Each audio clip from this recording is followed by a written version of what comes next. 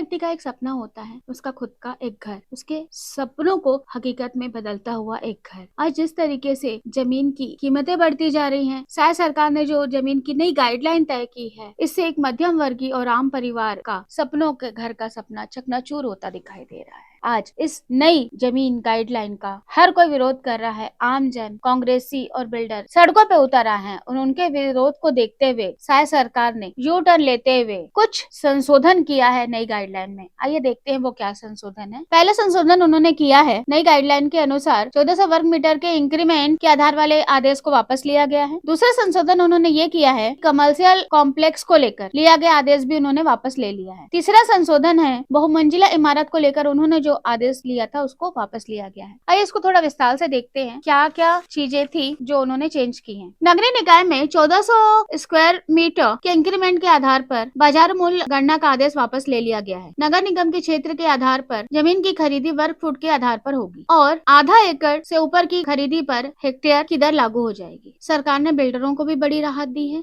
पीछे और ऊपर के फ्लोर अपेक्षाकृत सस्ते होंगे। साथ ही साथ सुपर बिल्डअप एरिया के टैक्स का आदेश भी वापस ले लिया गया है। रोड के सामने वाले दुकान की कीमत ज्यादा होगी एवं पीछे एवं ऊपर के प्रॉपर्टी की कीमत कम होगी। गाइडलाइन रेट को लेकर अगर किसी भी प्रकार की निगेटिविटी है तो सरकार ने 31 दिसंबर तक का समय दिया है। हर व्यक्ति अपने सुझाव दे सकता है। जैसा कि हम बात कर रहे थे, छत्तीसगढ़ में जमीन रजिस्ट्री की दर को लेकर 20 से 40% तक की वृद्धि बताई जा रही है। छत्तीसगढ़ सरकार ने जमीन की रजिस्ट्री की नई गाइडलाइन जारी कर दी है, जिसके मुताबिक अब रजिस्ट्री में कच्चे पक्के का खेल पूरी तरीके से खत्म हो गया है। इसको हम इस प्रकार से समझ सकते हैं कि रजिस्ट्री का पूरा भुगतान अब बैंक के माध्यम से किया जाएगा और साथ ही साथ सरकारी रेट को, सरकारी दरों को बढ़ाया गया है और अब सरकारी दरें बाजार भाव से भी ऊपर हैं। इसका असर न केवल शहर बल्कि गाँव में भी हो रहा है। गाँव में जमीन के दाम लगभग 400% बढ़ चुके हैं। प्रदेश सरकार के द्वारा गुरुवार को जारी की गई गाइडलाइन के अनुसार न केवल सरकारी कीमतों को बढ़ाया गया है बल्कि सरकारी कीमतों को बाजार भाव के करीब लाके रख दिया गया है। अभी तो काले धन को सफेद धन में बदलने वाले लोगों की भी नींदें उड़ गई हैं, क्योंकि जब रजिस्ट्री का पूरा भुगतान बैंक के माध्यम से किया जाएगा तो काले सफेद का जो खेल है वो पूरी तरीके से खत्म हो जाएगा। इसे एक एग्जाम्पल के द्वारा समझ सकते हैं कि शहरी क्षेत्र में रजिस्ट्री में 20 से 40% तक की वृद्धि और ग्रामीण क्षेत्रों में 50 से 400% तक की बढ़ोतरी हुई है। रायपुर और आसपास के गाँव में जहाँ पहले 1 हेक्टेयर जमीन पे 25 से 30 लाख रुपए की स्टाम्प ड्यूटी लगती थी, अब यह बढ़ के 1 से 1.5 करोड़ तक की स्टाम्प ड्यूटी हो गई है। इसके अलावा पंजीयन शुल्क अलग से देना होगा। अब इसका एक सियासी दांवपेच भी देख लेते हैं। एक तरफ जहां शायद सरकार कह रही है जमीन गाइडलाइन में जो भी बढ़ोतरी हुई है, जो भी परिवर्तन हुए हैं वो जनहित के लिए हैं, वहीं पर कांग्रेस और जनता, बिल्डर विरोध में सड़कों पर उतर आए हैं। कांग्रेस का ये कहना है जिन 3 गाइडलाइन को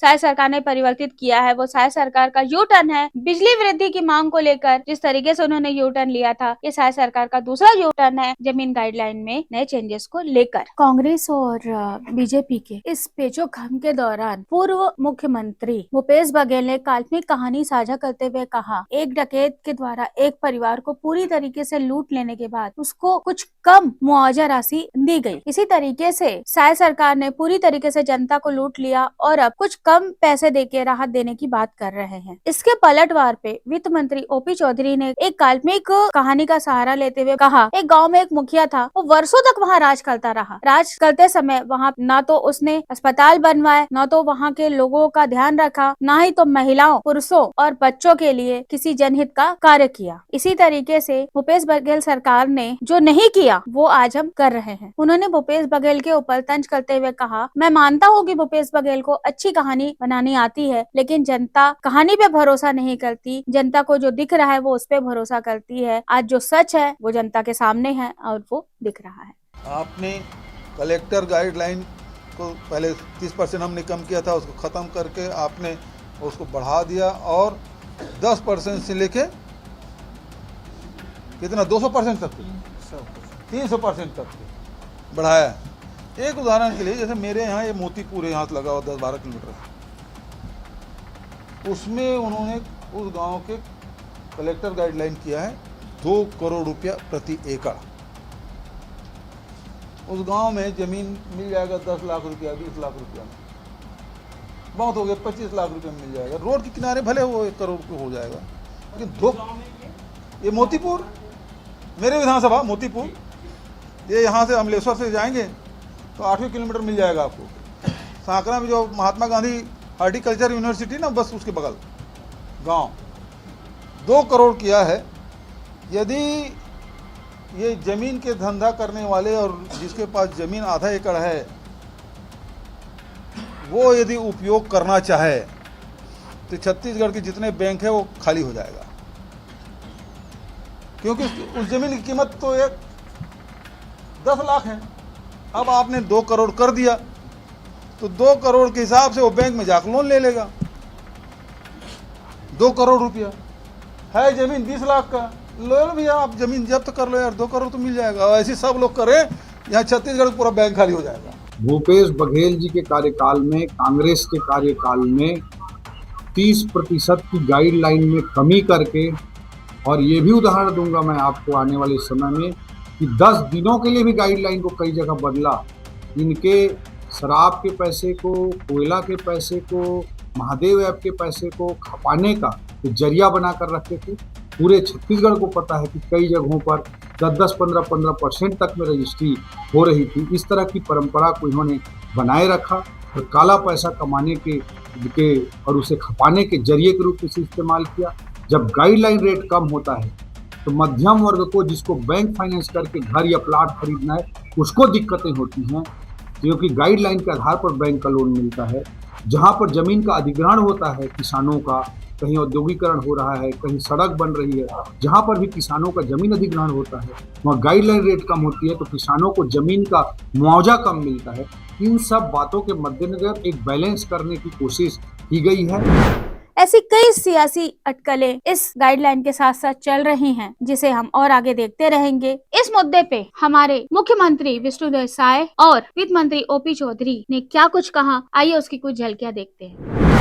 जनता के हित में कुछ बात नहीं होती है तो अच्छी सरकार तो वही है जो जनहित में कभी कभी अपना निर्णय में संशोधन भी कर दे।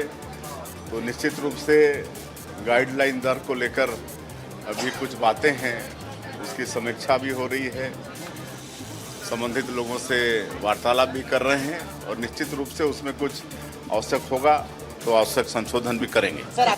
गाइडलाइन दरों पर सरकार लोगों के हित में बहुत सारे रिफॉर्म्स, पंजीयन की प्रक्रिया में बहुत सारे रिफॉर्म्स लगातार ला रही है। पिछले 2 वर्षों से रिफॉर्म पर लगातार काम किए गए हैं, चाहे पूरे व्हाट्सएप से सुविधाएं प्राप्त करना हो, चाहे स्वतः नामांतरण की प्रक्रिया हो। इस तरह के बड़े बड़े रिफॉर्म्स को सरकार ने अंजाम दिया है पंजीयन के क्षेत्र में। जहां तक गाइडलाइन का विषय है, सरकार पूरी तरह से जनता के साथ खड़ी है। जो आम लोग हैं उनके हितों की चिंता कर रही है। जब किसान का जमीन अधिग्रहण होता है तो उनको उचित मुआवजा मिले। मिडिल क्लास जब होम लोन लेने जाता है, बैंक फाइनेंसिंग कराने जाता है तो उसको उचित लोन मिल सके, काला धन नियंत्रित हो सके, और साथ ही साथ रियल एस्टेट के भी जो हमारे साथी हैं उनको भी सभी दिशा में काम करने में सहूलियत हो। इन सभी बातों का सामंजस्य बिठाते हुए सरकार, चाहे पंजीयन की प्रक्रिया हो, चाहे गाइडलाइन की दरें हो, उस पर ओपन होकर काम कर रही है। और दूसरी ओर मैं कहना चाहता हूं कि जो इंक्रीमेंटल रेट था 15,000 फीट तक किसी भी रजिस्ट्री में स्क्वायर फीट पे गणना होती थी, उसको भी कल केंद्रीय मूल्यांकन बोर्ड ने समाप्त कर दिया है। अब नगर निगम क्षेत्रों में 50 डिसमिल तक, नगर पालिका क्षेत्रों में 37 डिसमिल तक और नगर पंचायत क्षेत्रों में 25 डिसमिल तक स्क्वायर फीट रेट पे गणना होगी और उससे ऊपर की जमीन हेक्टेयर की रेट पे गणना होगी। इस तरह के सारे सुधारवादी कदम सरकार लगातार कर रही है और कहीं पर भी 5-10% अव्यवहारिकता होगी उसको भी ओपन माइंडसेट से सरकार ठीक करने के लिए प्रतिबद्ध है। आम जनता के होम लोन की दृष्टि से, किसानों के मुआवजे की दृष्टि से या रियल एस्टेट के साथियों के काम करने की दृष्टि से, सभी दृष्टिकोण से सामंजस्य स्थापित करते हुए सरकार काम कर रही है और साथ ही साथ काले धन पर नियंत्रण लगे, इस दिशा में भी सरकार के प्रयास लगातार जारी हैं और जारी है। छत्तीसगढ़ में जमीनी गाइडलाइन पर सरकार झुकी तो है, थोड़ा सुधार होगा या पूरा, ये सवाल अभी भी बरकरार है। सरकार का कहना है कि इस नई गाइडलाइन से टैक्स चोरी पर भी विराम लगेगा, क्योंकि सारे भुगतान तो बैंक के द्वारा ही किए जाएंगे, जबकि कांग्रेस और आमजन इसके विरोध में सड़कों पर उतर रहे हैं। बिल्डरों का कहना है कि किसान को बहुत ज्यादा हानि होगी। अगर मैं देखूं तो किसान आमतौर पर यह कहते हैं कि उनकी एक बड़ी सी जमीन होती है जिसका वो एक टुकड़ा अपनी बच्ची की शादी के लिए बेच देते हैं और फिर कुछ और सामने का टुकड़ा बेच के पीछे का टुकड़ा खरीद खरीद लेते, इस तरीके से उनका जीवन यापन चलता है। पर जिस तरीके से जमीन के रेट हाई होते जा रहे हैं, जमीन की रजिस्ट्री दर में बढ़ोतरी हो रही है, तो क्या किसान उसी दर पे जमीन बेच या खरीद पाएंगे और उनको उतना ही पैसा मिल पाएगा? ये एक सोचनीय विषय है। ऐसे ही खबरों के लिए हमारे साथ बने रहें, हमारे चैनल को लाइक, सब्सक्राइब और शेयर करते रहें। न्यूज़ T20 से पूर्णिमा की रिपोर्ट।